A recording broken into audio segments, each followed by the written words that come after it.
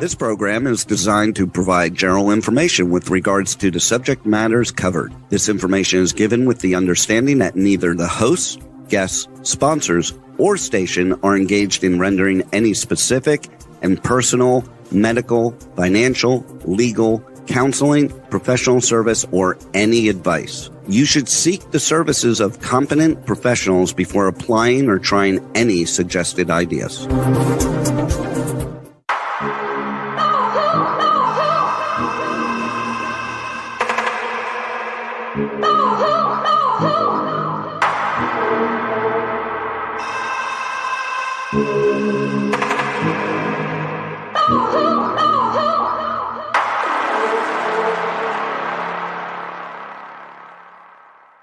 Good morning, truth seekers and true crime junkies. Welcome back to another episode of Hit the Road Jack, Finding the Zodiac. I'd like to welcome to the show today Nolan Del Campo.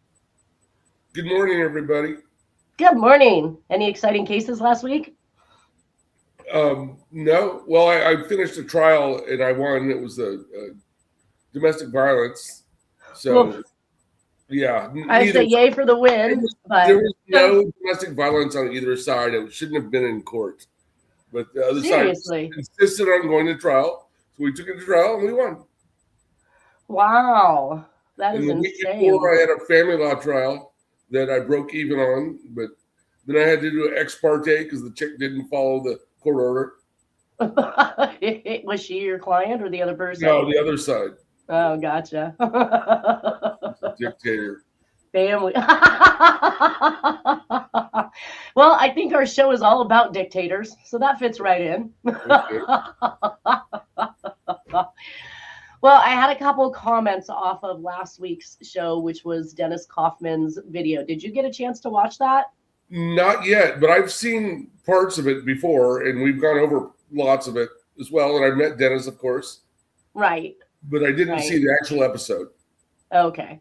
I did see that YouTube kicked back that it was not going to be shown in some countries because there was copyright on the music that was on it. Now, I hardly believe that Dennis produced this thing and was able to get it produced without having rights to do so. I mean, will people literally produce a documentary or a video without that? Do you know? I have no idea. Right? I don't know either. There was throw it out there, and if it sticks on the wall, it sticks. Evidently, there were 3 songs on there, and they were stating that, of course, they're copyrighted. They're owned by the people who sang the songs. So I don't know if Dennis had permission to use them or not, or how many people were actually able to view that. But I did have one person who was clearly able to view it, and they had a lot to say. I want to say it's at Trashly. That's the name, Trashly. Okay. Why would we want to name ourselves that? And maybe it's a spinoff of Ashley. Like, I don't know. Either way, this person says, these handwritten ones we know weren't Zodiac, according to Riverside PD.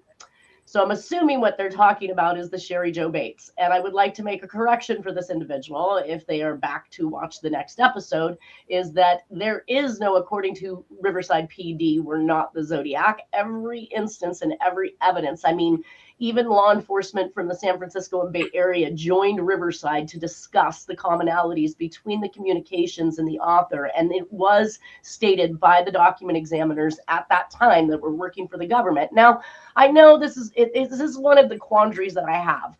I want to say that they're always giving an inconclusive, or they're not really, doing their jobs. And then I want to say that, yes, they identified the handwriting as being one and the same.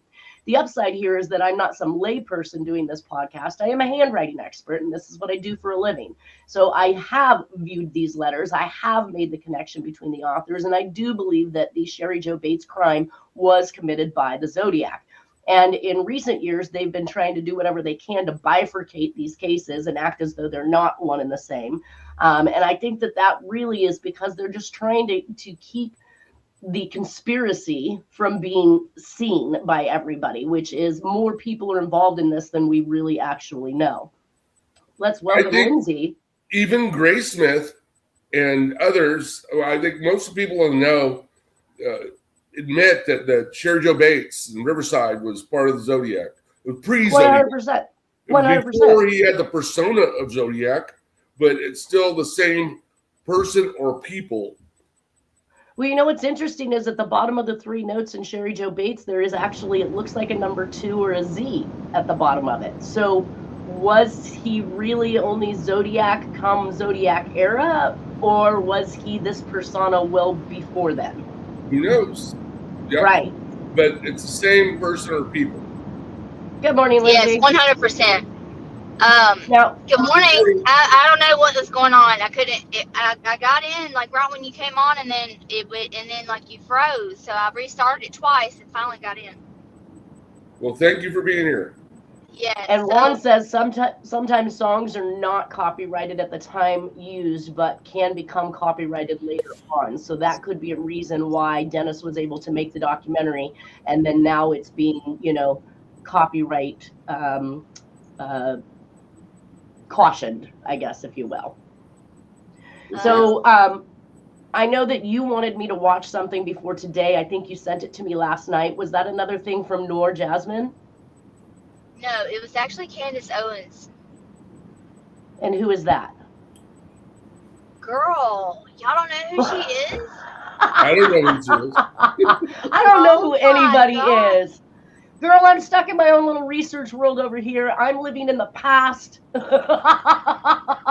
I don't even know how you haven't even pondered upon her, because literally, like, she's not only in the political movement, but she is also one of the number one, if not the number one, biggest podcaster you ever have seen in your life.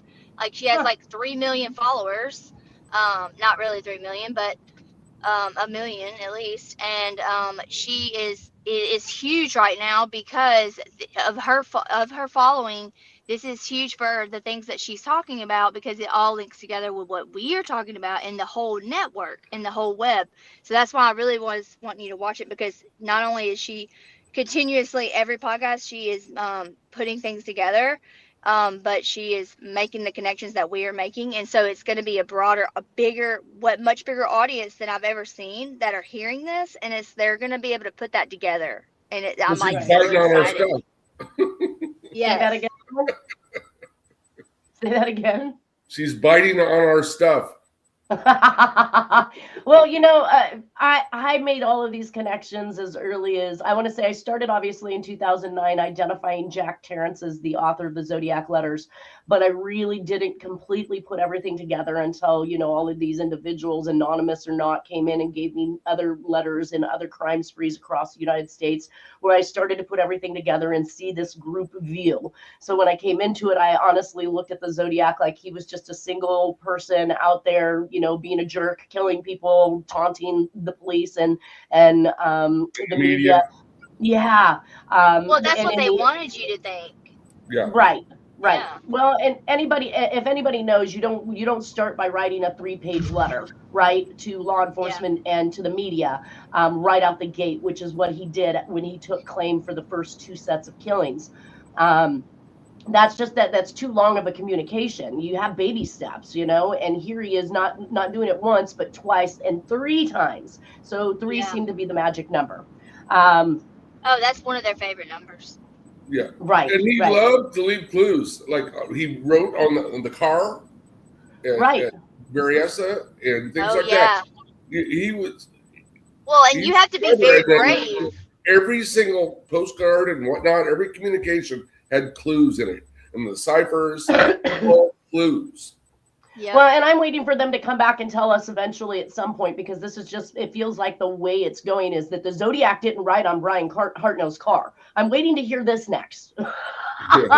I've heard there's no military connection in some of the latest documentaries. I've heard, we'll get into Foulke, and we've got a couple false suspects we're working on today. Let me keep myself on track, otherwise I'm going to lose myself. So basically, Candace Owens, what was her?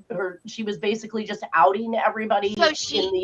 So she's putting all of it together as far as the military involvement in the CIA, and the cartels and the mafia and big money people. And how those connect, and how it also connects to the murder of Charlie Kirk. And yes, I'm not even kidding. I have chills right now because I every don't time think- she connects something, I'm like, oh my God, yes. Thank you for saying this out loud to all these people, because so many people are going to see what they are right now. Like, and it's going to explode. It's really going to explode, y'all. Like, I'm just like biting my teeth every time. The guy that confessed to Charlie Kirk wasn't that kind of a marksman from that distance to hit a perfect shot. And there's evidence that it was a shooter from closer range that actually killed Charlie Kirk. Yeah, and actually, I looked at the video on that, and it actually appears as though it's somebody standing within the group right next to him. Behind him, or to the side, yeah. To the side, and the way his body shifted was based on the bullet coming from a completely different angle than the angle that the shooter would have had access to. He was so far away. He was even further than Oswald. and they're getting good. If he took a shot at anything, he shot it in the air, just so people would hear the shot. Well, and wait till I did do some more. I did watch the other Noor Jasmine video that you sent me. We're going to talk a bit about that as well. I'm going to make it through these YouTube comments from this individual really quick. So we talked about Riverside PD. I'm sorry if people are out there trying to, assert that this is not connected. You need to go back. You need to research. You need to open up the FOIA files. You need to take a look at the millions of times that they said that this was a connected crime. Now, Trash Lee went on to say, I don't understand the story at all. The stepdad went to the store and picked up a gun. Did he point it at the other people or say something? I don't understand why picking it up is such a big deal. Well, girl, you need to go back. And I'm assuming this is a girl. It could be a boy. I have no idea. But you need to go back to the very beginning of this presentation and start with video number 1, and you will understand why Jack picking up a gun is so menacing. And basically I laid out for that person 3 different scenarios that are just absolutely scary, at least from my point of view as a human being, that Jack would be menacing with anything, including an assault with a deadly weapon against his own family. She went on to say March 1969, Zodiac didn't exist yet because the letters came after Blue Rock Springs in late July 1969, and there were no letters after Lake Herman Road. Whoa, this person is seriously stunted in the research of the Zodiac case if they believe that there were no letters after Lake Herman Road. What the hell? I don't even know who's talking to me right now, and I want to find I want to find that this person is probably just buying up my time and keeping me busy. It says the name came in August 1969. Well, the name may have came in August, and that's when it was produced. And they say that he picked it himself. So if the Zodiac picked out his name himself and it wasn't a moniker given to him by the media, then I would even more so instill that Sherry Jo Bates was a part of it, because we do see what appears to be a Z at the bottom of each one of these letters before he actually called himself the Zodiac. So I think somebody needs to do a little more research before they hop on my YouTube channel and try to tell me what's going on in this case. And we know that Arthur Lee Allen is not Zodiac, but we do know that Jack was acquainted with Arthur Lee Allen. And Arthur Lee Allen has ties to Riverside. Sometimes I wonder if he didn't make those acquaintances in order to form the Patsy, because then he could learn enough about them. Yeah. Or maybe his handlers sent him down there. I don't know what the deal was, but he was involved. And I think that if Arthur Lee Allen had a handler, if he was part of any of this, he would have screamed that out loud when he was protesting his innocence. If he was part of some group or, was part of anything, I think he liked being kind of like a suspect, but he knew he wasn't the dude. No, he had a heart attack over this stuff. He pretty much, his life was turned upside down. He died with a letter, a typewritten letter in his hand saying, I am not the Zodiac. Like, I don't think he liked it at all. Oh, okay. All right. I think being part of the intrigue. Right. So what I'm going to read here to you guys now is something from Project Mockingbird. Yeah. Project Mockingbird. So it really is going to kind of reinstill some of the things that we're talking about when it sounds so crazy that I'm blaming the media for involvement. I'm blaming mob. I'm blaming syndicates. I'm blaming politicians. I'm blaming everything. And quite frankly, as Candace Owens is probably letting everybody know, is that one hand does not work without the other. So Correct. The mob doesn't exist without the CIA. The CIA does not exist without the politicians. The politicians do not exist without the media. Like, all of these people have to be in play. We talked about that article from the mayor from New York, who was supposedly good and honest, but then was found to be very... Yeah. And then was found to be so deep into evil, nefarious stuff, and knowing some of the worst people in this world, that they literally had to make him an ambassador of Mexico to keep him from coming under an indictment. So you make him a diplomat, right? And then they have diplomatic immunity. Nobody can touch you. You can't be convicted for anything. So these are the kind of things that which I think is BS. Oh, they're just protecting each other. That's why they discredited Maury Terry, because he was drawing too much into it. Like, oh yeah, the cops are corrupt, the district attorney is corrupt. There's a lot of corruption related to these murders and satanic cults. Well, and then like right now, a lot of these other major podcasters and media outlets are. Even the right-wing ones are literally calling out Candace and calling her crazy and that she has lost her mind and all kinds of stuff like that. So that's when you know you're on the target.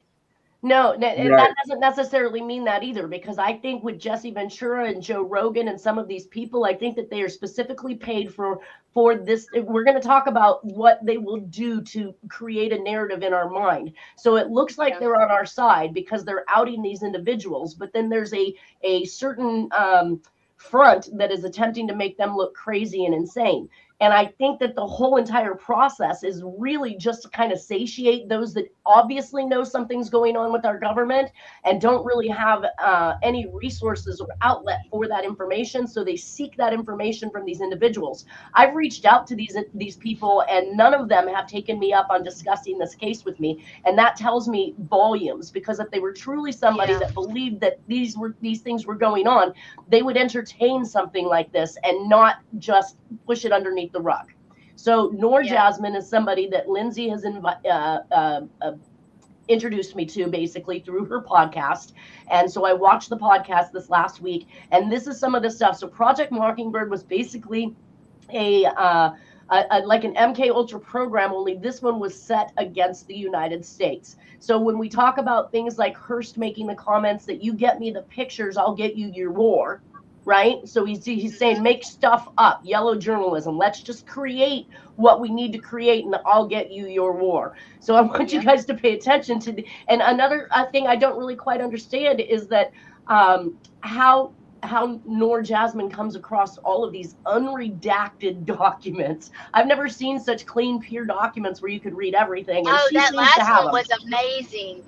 Here we go. So basically, they were looking, this is during the Cuban time, they were looking to create the war between the U.S. and Cuba, and this is how they stated they would do it. So these are classified FOIA files, and this is the U.S. government making these mentions.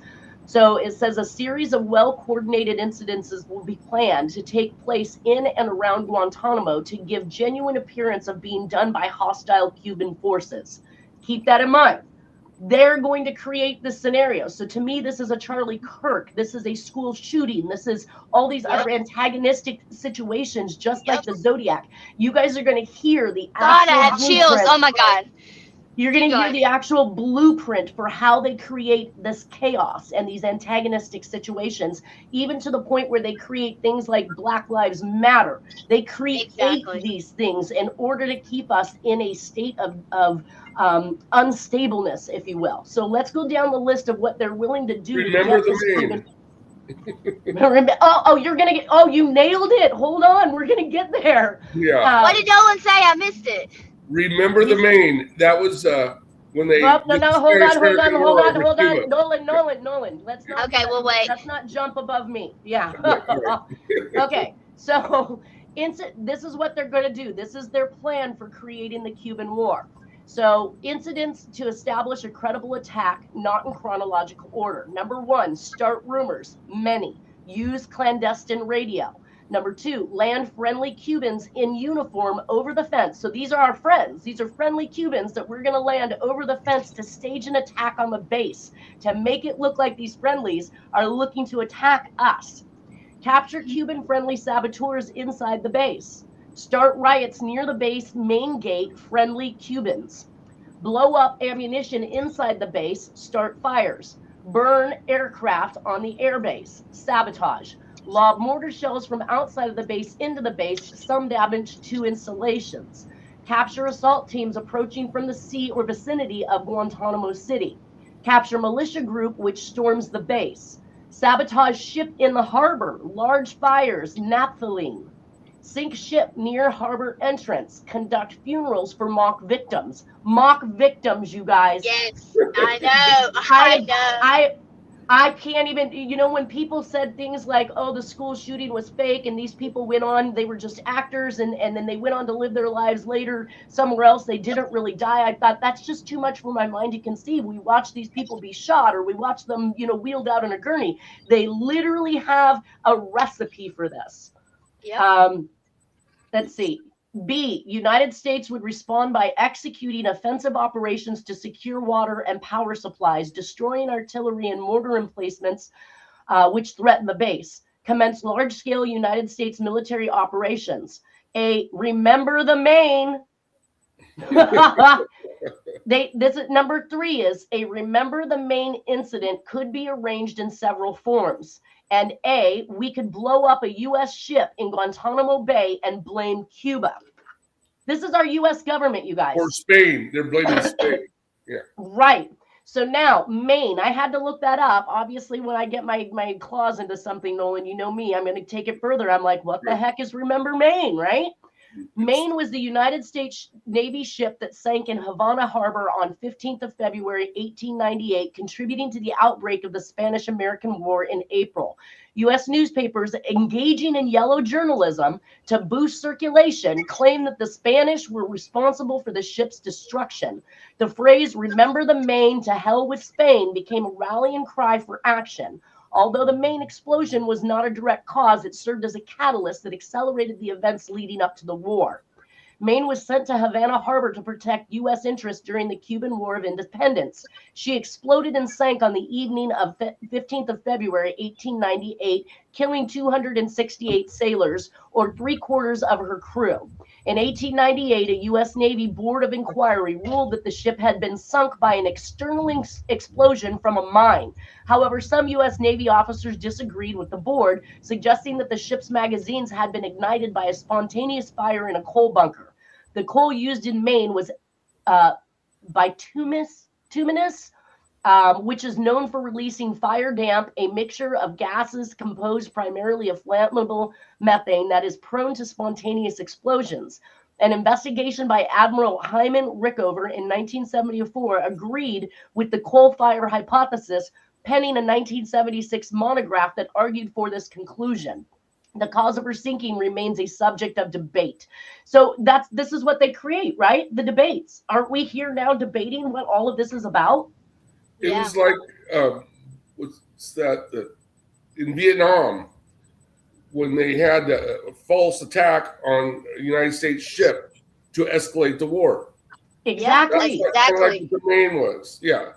That's what our government is doing. They're creating these things. This is a big boy's toy here, guys. Not many of us could achieve this. But here we come to section B. We could blow up a drone, unmanned vessel anywhere in the Cuban waters.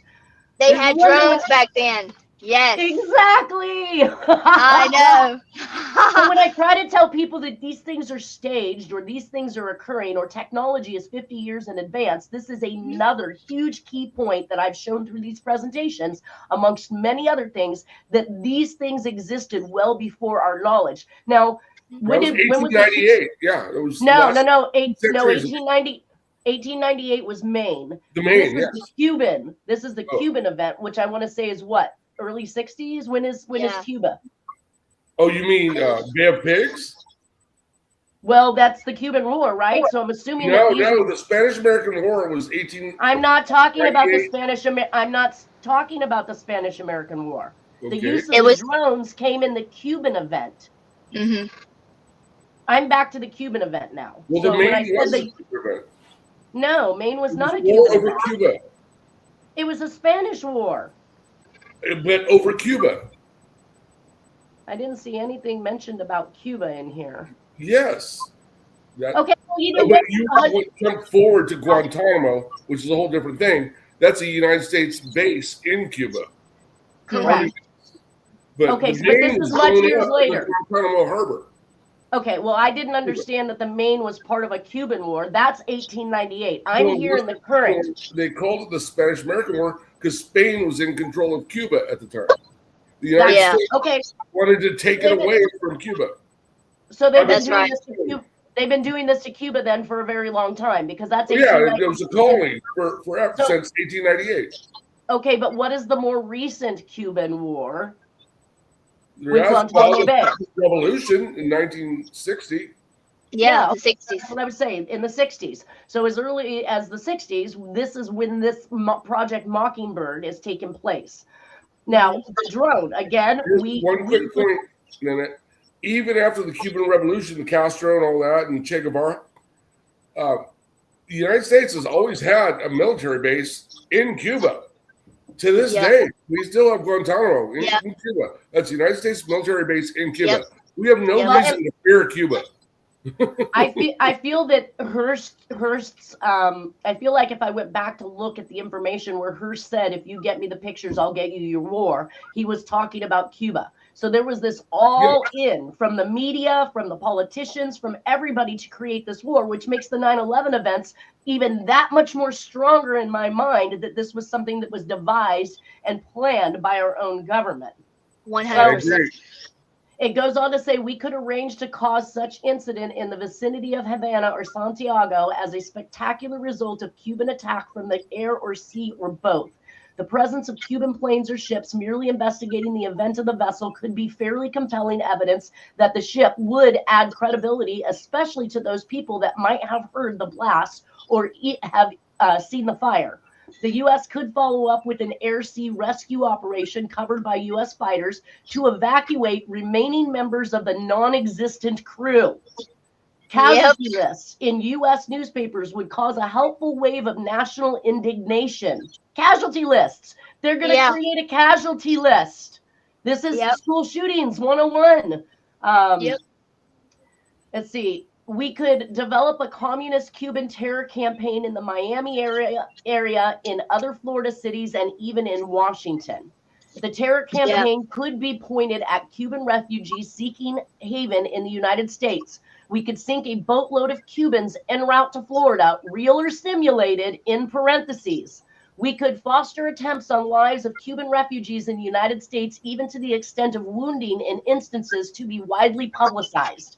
Exploding a few plastic bombs in carefully chosen spots, the arrest of Cuban agents and the release of prepared documents substantiating Cuban involvement also would be helpful in projecting the idea of an irresponsible government. So now they're creating documents, which I feel like that's what we're in with on the Zodiac, right? Like creating these documents that makes it look like our law enforcement and so forth is incompetent. Yeah. Number 5, Cuban-based, Castro-supported filibuster could be simulated against a neighboring Caribbean nation in the vein of the 14th of June invasion of the Dominican Republic. We know that Castro is backing subversive efforts clandestinely against Haiti, Dominican Republic, Guatemala, and Nicaragua at present, and possible others. These efforts can be magnified and additional ones contrived for exposure. For example, advantage can be taken of the sensitivity of the Dominican Air Force to intrusions within their national airspace. Cuban B-26 or C-46 type aircraft could make cane-burning raids at night. Soviet, what is that? Soviet MiGs? B-1 something incendiaries could be found. This could be coupled projecting the idea of an irresponsible government. Oh, what did I miss there? So they're trying to create a reason to invade Cuba? Yes. Correct. Yes. Well, they're trying to make it look like Cuban has attacked them. Yep. Yeah. Us. In order for it to be okay for me for us to attack them. Bingo. All right. So with Cuban messages to the communist underground in the Dominican Republic and Cuban shipments of arms which would be found or intercepted on the beach. Use of MiG-type aircraft by U.S. pilots could provide additional provocation. Harassment of civil air, attacks on surface shipping, and destruction of U.S. military drone aircraft by MiG-type planes would be useful as complementary actions. An F-86 properly painted would convince air passengers that they saw a Cuban MiG, especially if the pilot of the transport were to announce such facts. The primary drawback to this suggestion appears to be the security risk inherent in obtaining or modifying an aircraft. However, reasonable copies of the MiG could be produced from U.S. resources in about 3 months. Oh my God, you guys, this makes me physically sick to my stomach. It's so funny that countries they mentioned are all countries we ended up invading. Exactly, and we want their resources. That's why we're there. Yep. It is possible to create an incident which will demonstrate convincingly that a Cuban aircraft has attacked and shot down a chartered civil airliner en route from the United States to Jamaica, Guatemala, Panama, or Venezuela. The destination Venezuela. would be Venezuela. That's prophetic. Right? The destination would be chosen only to cause. Is Panama, that where they just stole the? Where did they just steal the president from? Venezuela. Okay, so this is an ongoing beef. This is the Hatfield and McCoys between U.S. and Venezuela. Well, it's the Monroe Doctrine. It's been around since the mid-1800s. Yeah. The destination would be chosen. The Western Hemisphere is under ours. We control it. And we're not going to let anyone do what they want to do. We're going to make sure they do what we want them to do. And we're going to cause and create whatever it is that we want to play with, evidently. And take their natural resources. Exactly. The destination would be chosen only to cause the flight plan route to cross Cuba. The passengers could be a group of college students off on a holiday or any grouping of persons with a common interest to support chartering a non-scheduled flight.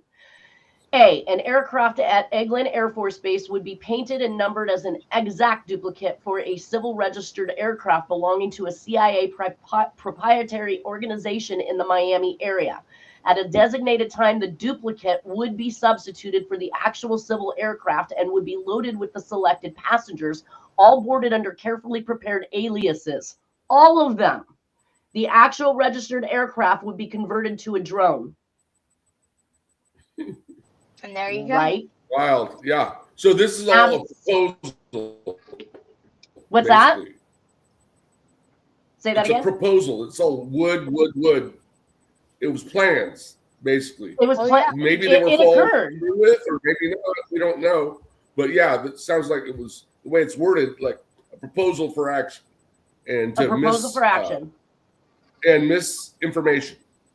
And we know that we went to war, and we know that they successfully implemented this particular project, which was Project Mockingbird. And so I wanted to say something real quick, so everybody can kind of get a whole view before you finish. So as soon as I got to the bottom of this document, after I had to read it just like you, I'm reading it now after I watched her discuss it, and it was almost like my brain was in a movie, and it was all these things kept coming back, all these memories of this case and this case and this case and this scenario and this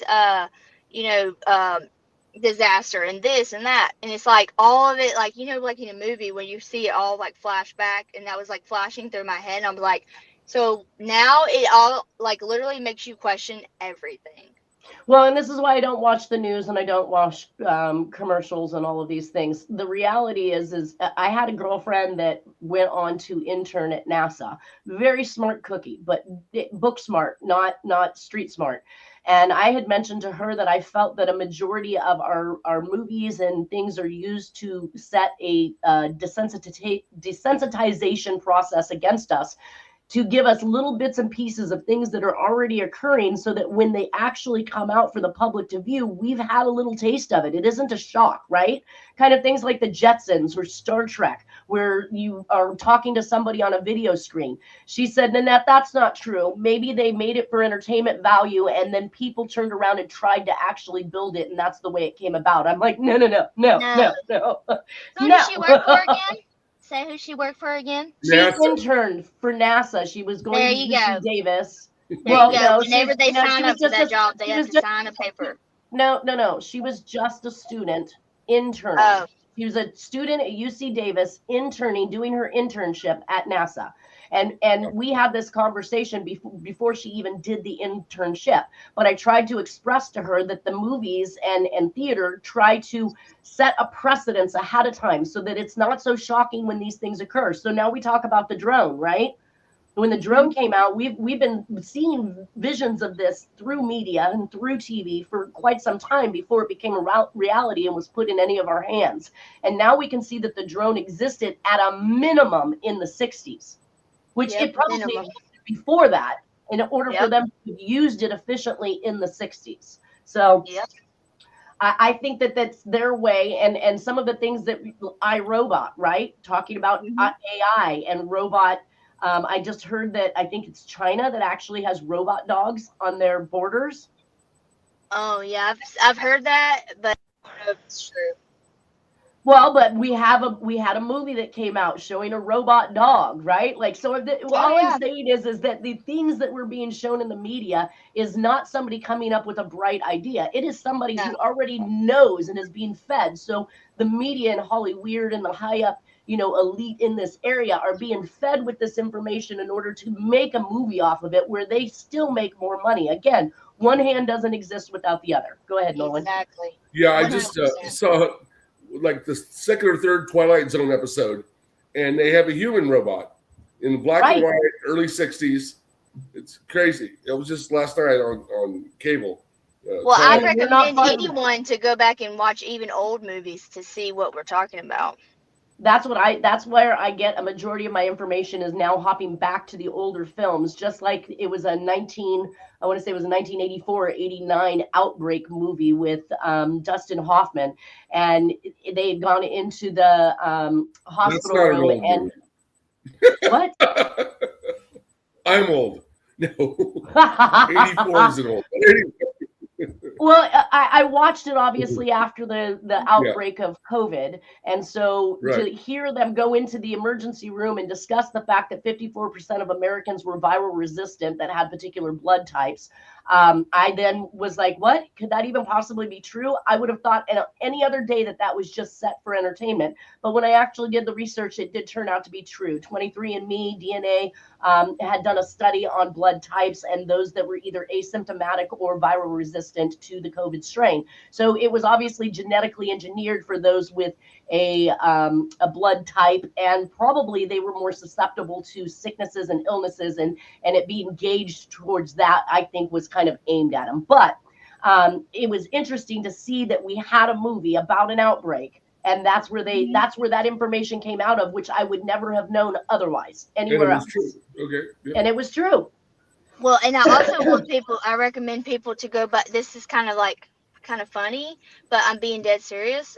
To go back and watch many seasons of The Simpsons, because The Simpsons predict obviously everything. Everything. They aren't Nostradamus by any means. They have inside information like John Mark Carr did, like the Zodiac did. So sometimes when people say that they felt the Zodiac was taking credit for other crimes, they may very well be right. If he is the author for this group, then his job is to confuse the evidence by adding a writing to it that may not match the fingerprints or the DNA involved in the crime, so that it confuses. Yeah. And if he was taking credit for crimes he didn't commit, then that actually solidifies the idea that there is a group involvement here. Because how would he have this inside information like John Mark Carr to write these letters unless he's being fed it from somewhere else? Which brings me to my next tangent. Who is this guy? Anyway, I keep looking at his face. He looks so familiar. This is Lawrence Klein. So okay. I was hit up by Christina Klaus. He looks Italian to me. He is. He is, I think. The mobster. We'll go through it. But Christina Clow actually works with Berkowitz in the Son of Sam murders, so she has engaged me in regards to some handwriting that I'm doing for her, and that is whether or not he actively wrote all of the letters. She had indicated that the FBI stated that it was inconclusive as to whether or not Berkowitz wrote the letters. Now, we got to hear 2 weeks ago, my own mentor and teacher say that she felt that anybody coming out of government or law enforcement into their own private practice would readily give an inconclusive instead of actually making an identification or exclusion of somebody. So I'm a little bothered that the FBI came back with it was inconclusive as to whether or not he wrote those letters, because I think that they would want to have solidified that along with, I mean, obviously he's busted with the gun. Okay, that's a dead giveaway. But these letters as well would indicate, and I think they came back with an inconclusive because there's a possibility that these letters were not written by one person. When I look at them, they found journals in his apartment, just like with Sirhan, that may have been written under hypnosis or written by someone else. And see, those would all be prominent use back then. Those would all be interesting journals to see if I can get my hands on them. I have to work with her. I got the letters that are in question. I now need to get handwriting samples of Berkowitz from it. But when she reached out to me, she had an interest in talking to Sandy Betts. She believed that Lawrence Klein was a great shoe-in for the Zodiac, which tells me again what's available on the internet for people to do research, because she really feels like Lawrence Klein was the Zodiac. And I tried to explain to her, I said, first off, he's not even a match for the composite. There's just no way. Second off, he looks a little light in the butt as far as I'm concerned at 5'10", 155 pounds. That man's too damn skinny. 5'9". I know. It says 5'8". Where'd you see 5'9"? On the screen right there. His hair is 5'9", so he's probably 5'8". Yeah. Oh wow! I guess I didn't. So why did they list him as 5'10"? Look at that. So here's inconsistencies. No, I'm glad you pointed that out, because look at the inconsistencies. No, his hair is 5'9". So yeah, his hair is 5'9". 5'8.5". Wow. Maybe 5'8.5", and then literally right next to it they put that he's 5'10", because they're trying to fit this square. Yeah, they're trying to fit that's how they do it in a round hole. That was a good pickup, Nolan. I did not pay attention to that, but I did feel that 155 pounds, he does not have that pot belly that we're looking for. No, that's way too. I mean, not even the shoulders, I feel like he wouldn't have at that weight. I skipped across because Nolan and I had both watched. Did you watch the Cover Up, right? You were saying, Nolan? Which Cover Up was that? It's called Cover Up, and it was a Netflix docuseries in regards to the investigative journalist that was. Seymour Hersh? Seymour yes. Hersh, yeah. Yes. Yeah, I watched that. Yes. It was awesome. So basically, he's there telling everybody how he has all of this great information, and much of it, if he was to release, he could be killed for. He has lots of high official names and all this stuff, but his stories kept getting squashed by the media because they didn't want the story told. But this is no less than what we see the media controlling for us now and today, and what we saw back there in Guantanamo. Then the other one I watched was the American Conspiracies, the Octopus Murders. Did you watch that one? I did. Yes, that was amazing. Amazing. The biggest thing that I took away from the Octopus Murders, which was something I never thought of all the research I've done, I'd never really skipped across anywhere that I felt badly about Ronald Reagan until the Octopus Murders. And then it indicated that we had 40 hostages that were in some country. Was it Iraq, Iran. So we had 40 hostages that were in Iran, and Carter was trying to negotiate their release, but it was unsuccessful. Well, behind Carter's back, Ronald Reagan's administration and George Bush went and paid Iran, what was it, $40 million? Bunch of money, and gave them missiles. And they were our enemy at the time. Gave them missiles. And we trained a lot of their people, too. Yeah. Told them to hold on to these hostages until after the presidential election, and basically not to release them. So we pay them ahead of time to hold these hostages, but not release them until after the presidential election, because the consensus is that nobody would re-vote for Carter because they didn't believe his handling of these hostages were good. When in reality, he had no control. The reason why they were fighting him on the release was because they've been paid by Reagan to hold him. And they were released the day of or the day after he was inaugurated. Exactly. I'm like, I'm so disgusted now. Like the last president on my list, I thought would have been good, but hey, he's an actor from Hollywood, right? I was just about to say, let me tell you a little secret. He was an actor. He was an actor before he was the president. So right, Hollywood all day long, like whatever. Anyway, so Reagan's a punk. Now, here's what you're going to see and read on the internet. In my research, while I'm looking at this stuff for Christina, I start noticing that on sites like ZodiacCiphers.com, which I believe is ran by an ex-FBI agent, he has a lot of great information that's very clear that I'm not sure how he could come across unless he has an in. But he states on there that Officer Foulke, the one that gave the original composite drawing of the Zodiac from the Presidio, stated after seeing Lawrence Kane's picture that that's the closest resemblance to the man I saw on the Presidio than any other suspect I've ever seen. What the fuck? That's great. It looks nothing like the composite. Nothing. So why did you give that composite if the guy looks like this? I think it's dissemination once again.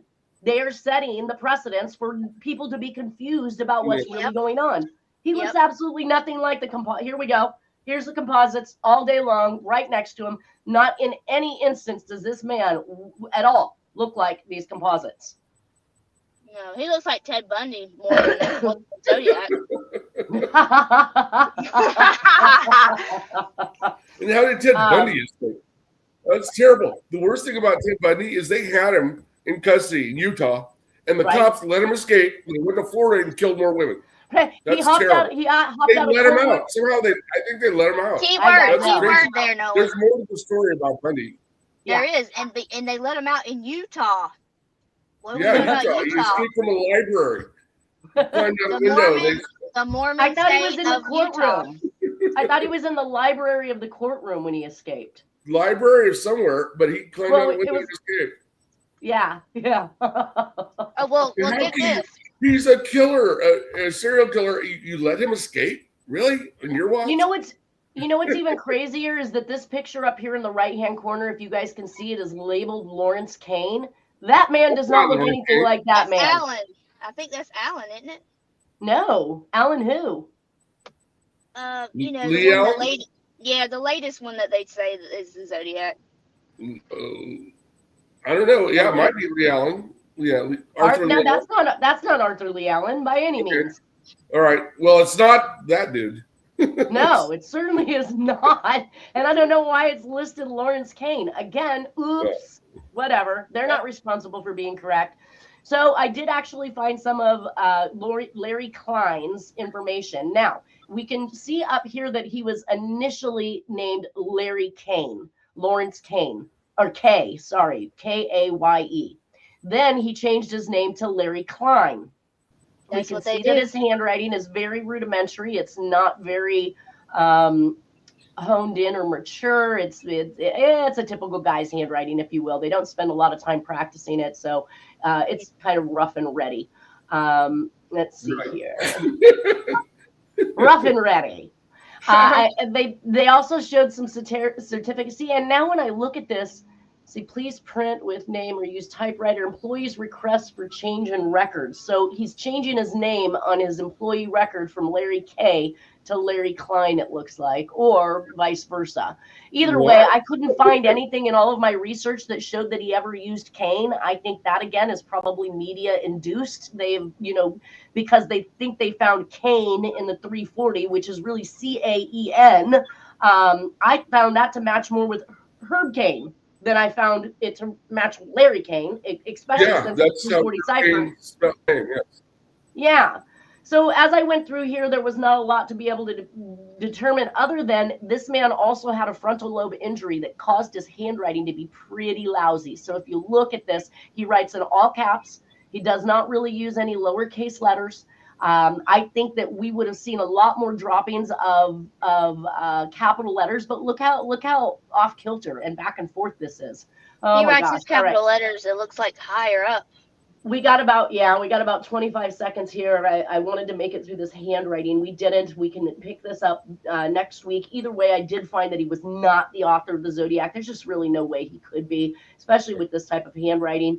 But we will cover this handwriting when we come back next week, and we're going to talk about a secondary new suspect that Nolan has introduced me to via the investigative reporter, I believe, who contacted me from the LA Times last year, who wanted me to do a handwriting exam, then found out what I was part of with the Zodiac, and I never heard back from him. He is now named Marvin Margolis, or Marvin. We'll talk about him next after this one next week, you guys. Everybody have a wonderful weekend. I hope your new year has started out great, and thank you guys for being here. We'll see you next Friday. He didn't kill Black Lawyer. He did not. Well, and that was a good recap. That was good. Oh, this was a good show. It went by so fast. Yeah. Amazing. Yeah. Good week. All right, you guys. Take care. I'll talk to you soon. See ya.